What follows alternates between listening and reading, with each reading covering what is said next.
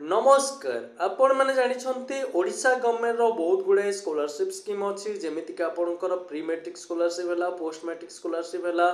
गोपबंधु शिक्षा सहायता है यूजी मेरिट स्कॉलरशिप है पीजी मेरिट स्कॉलरशिप है व्यास कवि फकीरमोहन सेनापति स्कॉलरशिप है किंबा आपण मानकर गोपबंधु शिक्षा सहायता है बहुत गुड़े स्कॉलरशिप अच्छी बहुत गुड़े स्कॉलरशिप आमर जो स्टूडेंट गुड़ाक अच्छा जो मैंने यूजी पीजी कि प्लस टू कर लाभ उठाऊँ तो ये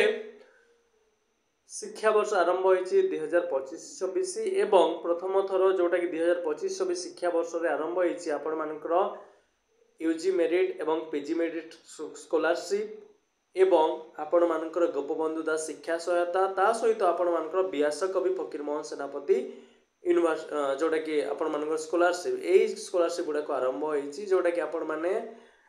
निजे अप्लाई करि पारबे ओडिशा स्टेट स्कॉलरशिप पोर्टल जो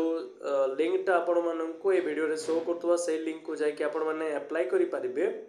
तो को एलिजिबिलिटी क्राइटेरिया दरकार आपण माननको ए स्कॉलरशिप अप्लाई करबा पई ता हमें आज ए वीडियो रे जानिबा चलंतु जानिबा जे आपण माननको गोपबंधु दास शिक्षा सहायता व्यासकवि फकीरमोहन सेनापति जोटा कि आपणकर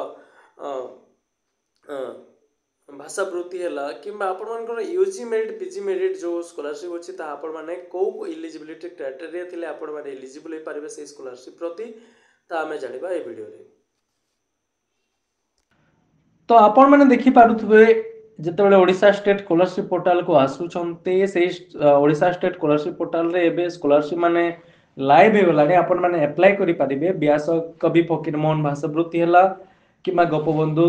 शिक्षा सहायता योजना है कि मेधावृत्ति यूजी मेरिट है ई मेधावृत्ति टेक्निकल प्रोफेशनल कोर्स हला आपण मानकर लाइव हो गलानी जोटा कि आपण माने देखुथबे व्यासकवि फकीरमोहन 20,000 रु 30,000 अच्छी गोपबंधु शिक्षा सहायता 20,000 अच्छी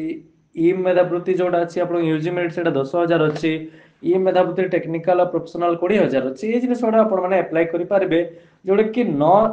10 सेप्टेम्बर 2025 आरंभ होकर 9 अक्टोबर 2025 पर्यंत आप अप्लाई करेंगे। तो ये स्कॉलरशिप रो केतेटा एलिजिबिलिटी क्राइटेरिया अच्छी जो एलिजिबिलिटी क्राइटेरिया थिले आपण माने अप्लाई करि पारिबे एठी आपनकर व्यास कवि फकीरमोहन भाषा वृत्ति जोटा कि आपण माने देखि पारथु एठी जणे जदि +3 ओडिया ऑनर्स रे करूची एवं से जदि +2 रे 70% मार्क रखी ताले से अप्लाई करि परिबो किमा एमए ओडिया रे करूची एवं तार